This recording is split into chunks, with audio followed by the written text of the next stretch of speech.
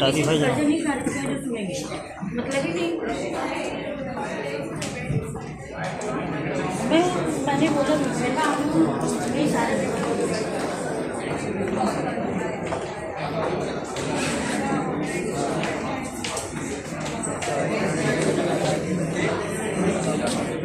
Specific to the treatment of Tipu Sultan.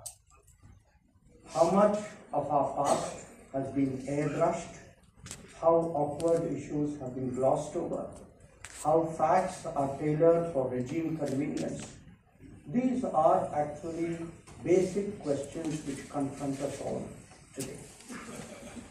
As a product myself of an institution that was at the center of these politically driven endeavors, I can well appreciate the need to present an accurate representation of this. Sir जो किताब माननीय विदेश मंत्री doctor Jaishankar ने launch किया, लोकार्पण किया, टीपू सुल्तान दी saga of Mysore interregnum, इसमें ये बहुत ही एक विवादास्पद 18वीं शताब्दी के मैसूर के शासक थे जिनकी सोशल लेगेसी और रिपोर्ट कार्ड पे आज भी चर्चाएं होती रहती हैं। इन्होंने हिंदुओं और क्रिश्चियंस पे जिस तरह से बर्बरता दिखाई अपने राजकाल में, उसके बारे में मैंने तथ्य पेश किए हैं। साथ ही उनके राजकाल में बहुत सारी प्रोग्रेसिव चीज़ें भी हुई। उन्होंने मैसूर में जो रॉकेट्स टेक्नोलॉजी थी उसमें बढ़ोतरी करवाया, मैसूर में कल्टीवेशन इंक्रीज़ किया, सारे किसानों के लिए इंटरेस्ट फ्री लोन्स दिए, ये सारी चीज़ें भी हैं।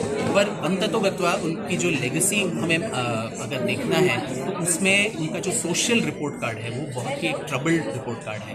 तो इसके बारे में चर्चा होनी चाहिए, खासकर जब राजनीति में इसका उपयोग किया जाता है। आज भी मैं कर्नाटक से आता हूँ जहाँ पे टिप्पू जयंती मनाया जाता है एक तरफ से, और दूसरे तरफ से जो भाजपा और उनके विरोधी दल हैं वो भी इतिहास को किसी न किसी तरह तोड़ मरोड़ के प्रस्तुत करते हैं। कर्नाटक चुनावों के पहले 2 गौड़ा चीफ्टन्स के बारे में बहुत सारी बातें निकली कि उरी गौड़ा और नंजे गौड़ा इन्होंने टिप्पू सुल्तान की हत्या की, ना कि ब्रिटिश कमांडर्स ने।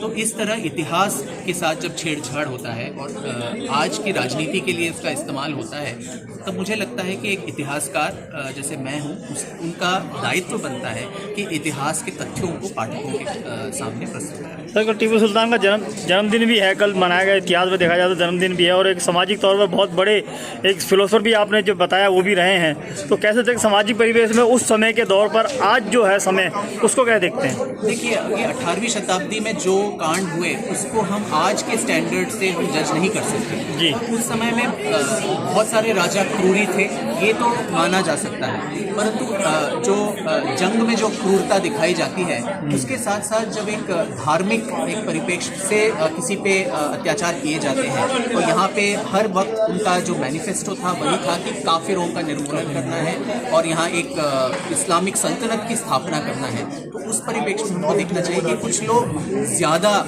बर्बर थे और धार्मिक कारणों से अगर बर्बर थे तो उसकी भी हमें निंदा करनी चाहिए।